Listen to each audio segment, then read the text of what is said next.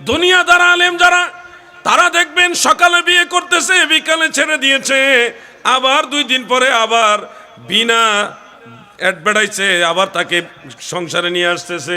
বাংলাদেশের একজন কথিত বক্তা আছে, যদিও সে মাদ্রাসা শিক্ষিত না, জেনারেল শিক্ষিত, কিন্তু ইসলামিক জ্ঞান কিছুটা অর্জন করে বিয়ে শাদী করছে।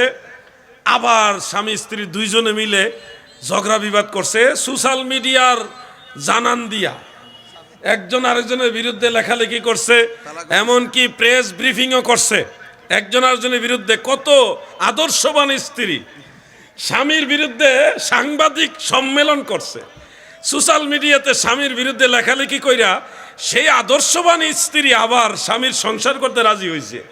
আবার সেই স্বামীও কত আদর্শবান, এত রেকর্ড হওয়ার পরেও সেই মহিলা নিয়ে আবার সংসার করতে রাজি।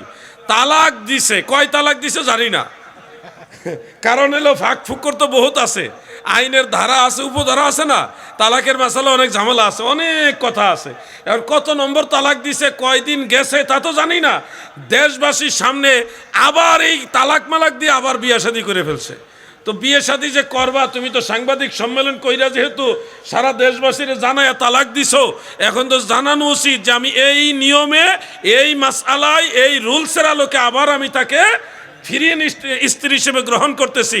যখন এটা জানাইবেন তখন মানুষ বুঝতে পারবে যে না, আপনি ইসলামী আইন মানতেছেন, কোরআনের আইন আপনি মানতেছেন। এখন তালাক দিছেন সারা দেশবাসীরে জানাইয়া, বিয়ে করতেছেন কোন আইনে, এটা কি লিগেল নাকি ইলিগেল ব্যাখ্যা ছাড়া যখন করবেন, আজকে সারা বাংলাদেশে সব কয়টা news media, social media, news media, এমনকি পেপার যত আছে সবগুলিতে লেখালেখি হইতেছে ইসলামের বিরুদ্ধে, যে আলেম সমাজকে কালারিং করতেছে তাকে কেন্দ্র করে।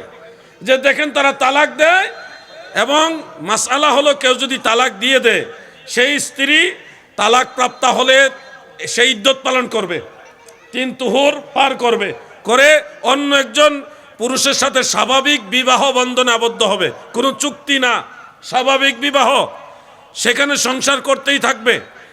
স্বাভাবিক সংসার করার পরে কোনো সময় যদি ওই দ্বিতীয় সংসারও ঝামেলা হয়, ঝগড়া হয়, সেখানে যদি তালাক দিয়ে দেয়, তখন আবার ওইখানে তারা ইদ্যত পালন করার পরে চাইলে প্রথম স্বামী আবার ওনাকে বিয়ে করতে পারবে, যদি মেয়ে রাজি থাকে।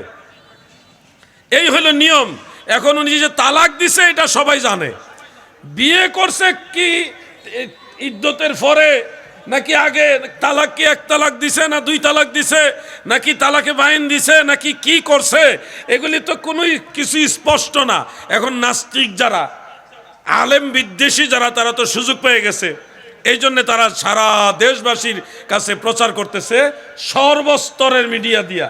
দেখেন আলেমরা তালাক দিয়ে আবার বউলিয়াই পরে বিয়া কইরা, এরা নিজেরাই কোরআন মানে না, মানে ইসলামকে প্রশ্নবিদ্ধ করা, আলেম সমাজকে প্রশ্নবিদ্ধ করা, এটা হলো মিডিয়ার কাজ, তারা চেষ্টা করতেছে ওইটা।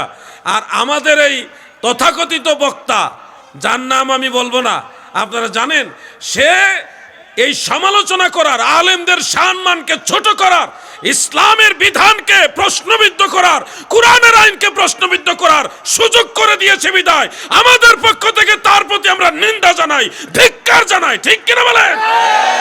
সে কেন আলেমদের সম্মানকে ছোট করবে? সে বিয়ে করার আগে অবশ্যই প্রেস ব্রিফিং করা দরকার ছিল, যেহেতু তালাক দেওয়ার সময় এগুলি করে আসছে। কথা বুঝতে পারছেন না?